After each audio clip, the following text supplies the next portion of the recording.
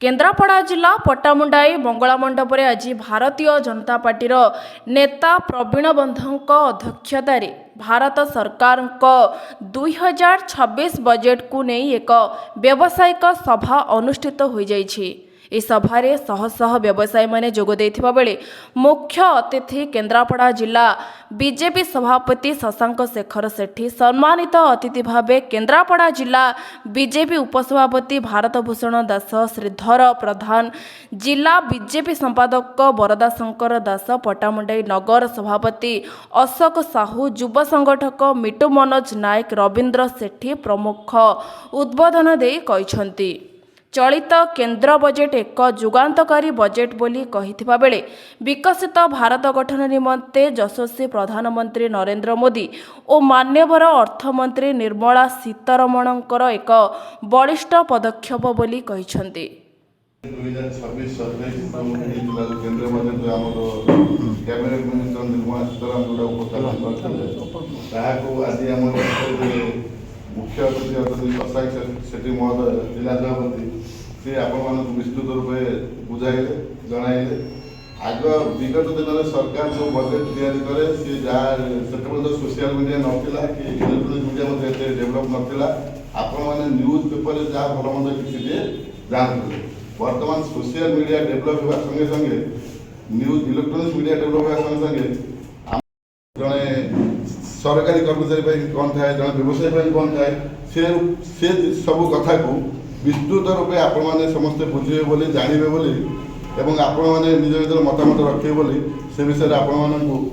सविशेष भाव में आमर जिला सभापति शशांक शेट्टी महोदय आपण मान पाखे रखिले से मुझे अशेष अशेष धन्यवाद देवी से आंभर जिलार भाइस प्रेसिडेंट भारत भूषण महोदय आपण मानू जो केंद्रीय बजेट उपर व्यवसाय केमी कौन डेभलप हम केते टंकार रोजगार लगे केते प्रॉफिट होची केते लॉस होची से विषय भी आपण मानू बुझाइले आपण माने सविशेष अवगत करी आपण माने बुझिदेबे। से मु भारत भूषण महोदय को अशेष धन्यवाद देवी बहुमूल्य एवं सहित आंभर जिलार उपसभापति श्रीधर प्रधान महोदय सी आसी उपस्थित रही कार्यक्रम में सामिल रहिले एवं आंभर नगर सभापति जे अशोक कुमार सर महोदय बहुत समय दे जो आम कार्यक्रम सामिल रही आप किसी उद्बोधन देले एवं से सहित आम युव संगठक जे कि पट्टामुंडाईर युव चेहरा कहले अत्युट हे ना से समस्त पाखे परिचित मिठू मनोज नायक महोदय से बहुत समय दे जो अशेष धन्यवाद देवी एवं जो आम पाखे रही जिला संपादक महोदय से आपण पाखे जो आम सभा सामिल होगी वक्तव्य सामिल है भल बंद किसी विचार कले से अशेष धन्यवाद देवी सबुठ सर्वशेष ये सभाटी को सर्वशेष बहुत धन्यवाद देवी अशेष धन्यवाद देवी सभाटी जो भाव मैंने पूर्णांग होती आपण मैंने आसी बसी सभाटी पूर्णांग है खाली आम वक्तव्य देते पूर्णांग जो समय देकी आपंकर व्यापार वाणिज्य छाड़ी घंटे आम पाखे बसिक आम जिन शुणिले आम सरकार कौन कौन बजेट विषय से इकोनोमी आम भारत वर्ष बर्तमान आम लक्ष्य नहीं चलुचे ये जो जीडीपी यही अभिवृद्धि हम यही अभिवृद्धि सहित आम खूब शीघ्र आगामी 5-7 वर्ष भितर आम जापान को ठेलिक आम तृतीय अर्थनीति में पहुँचा आवश्यक पड़ना आम चाइना को ठेलिक द्वितीय अर्थनीति में पहुँची पार ये आमर होता ये आकलन आम ये करूँ आम सरकार कहूना ये वर्ल्डर जो मैंने सब बड़ बड़ इकोनोमिक सर्वे कर पंडित मैंने अच्छा आनालिसिस मैंने अच्छा स्टाटिस्टिक जो दौरान से आकलन भारतम अर्थनीति विश्व कितु सी बर्तमान कमी कमी कमी आम आस बर्तमान 4 में पहुँचे आम आगू बर्तमान ऊपर अच्छी जर्मान तापर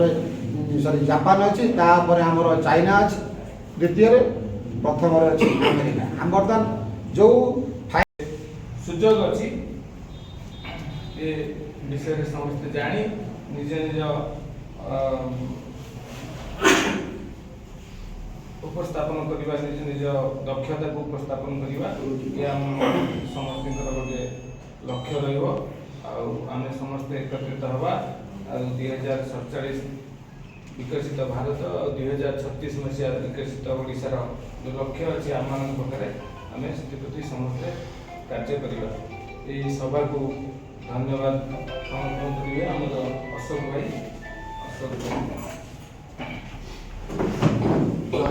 23 फेब्रुआरी 1 तारिख रविवार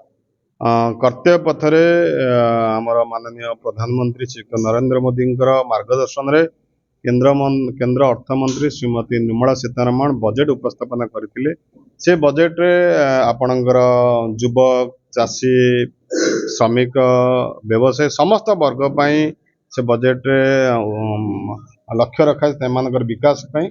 आमे सेतिपय सब वर्ग को से जो बजेट आमर उपस्थापन करा जायतिला भारतीय जनता पार्टी केन्द्रापड़ा जिला तरफ विभिन्न स्थान रे सब वर्ग को आमे संबोधित करी बजेट भितर कौन कौन अच्छी कौन कौन लक्ष्य रखा जायछि से विषय जणाइबा क्रम रे आज पट्टामुंडई रे आज आमे व्यवसाय वर्ग को भेटिकी बजेट रो विकास संपर्क रे कहितलु। आपण जेमती समस्त तो जानिथिबे ये बजेट 2047 विकसित भारत हवा लक्ष्य रे बजेट उपस्थापन करा जायछि। अनेक विषय एठी करा जायछि। हमर भित्तिभूमिर विकास पाई पाखापाखि 12,20,000 कोटी टंकार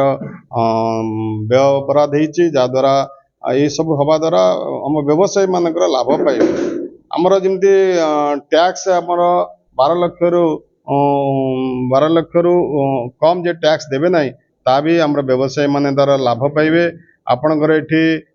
जलपथ 20टी जलपथ निर्माण हबो एवं एठी आपणकर तालचेर अनुगुल आपणकर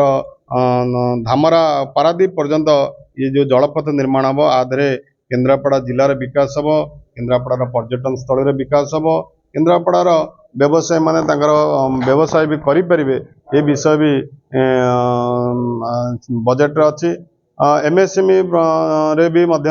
अनेक प्रकार विकसित करा जायछि। एमएसएमई हेले आम अंचल भी विकास हबो। आपणकर जो जो छोट छोट सहर ओडिशा रे अछि से सहर भी विकास हबो। 5 लाख सहर विशिष्ट तार विकास हबो, तार भी ओडिशार विकास हबो। आपणकर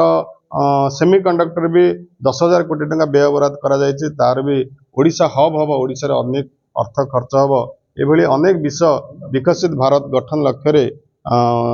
बजेट उपस्थापन केंद्र सरकार 26-27 बजेट उपस्थापन करा जायछि। ये विषय रे आमे बजेट रखिया पई हमर तो सांबादिक सम्मेलन जिले में सरीछि। हमर मान्यवर शिल्प दक्षता विकास मंत्री संपत चंद्र स्वाई ये विषय बजेट विषय रखिछन्ति एवं आज पट्टामुंडी रे व्यवसायी ग्रहण रे व्यवसाय वर्ग रे विषय रखिया पे हम आस्ते। धन्यवाद देखो धन्यवाद तो आमर प्रधानमंत्री श्रीयुक्त नरेंद्र मोदी जी भारत सरकार एवं जो जो देशर समस्त जनसाधारण उद्देश्य रे बजेट करा जायछि, बजेट को समर्पित करा जायछि। समस्त जनसाधारण को बजेट में अनेक अनेक अभिनंदन धन्यवाद देउछि। ये सबु जिनस साधारण लोक जिते 12 लाख टंका पर्यंत जड़े टैक्स दब ना ताले से साधारण व्यक्तिर तार लाभ पाइब। जितेबाला भित्तिभूमि विकास हम से साधारण लोकटे तार लाभ पाइब, तार बेपार वाणिज्य कर। जितेबाला ये जलपथ निर्माण हम सेठी भी तार बेपार वाणिज्य कर। अनेक शिल्प तैयारी हम आपणकर सेमी कंडक्टर ओडिशा हब हम यदि ओडिशार युवक ये रोजगार पाइबे ये सब जिन साधारण व्यक्ति आदि लाभ पाइबे। पट्टामुंडेईरू Rakesh Kumar Sutar report Odisha dream TV.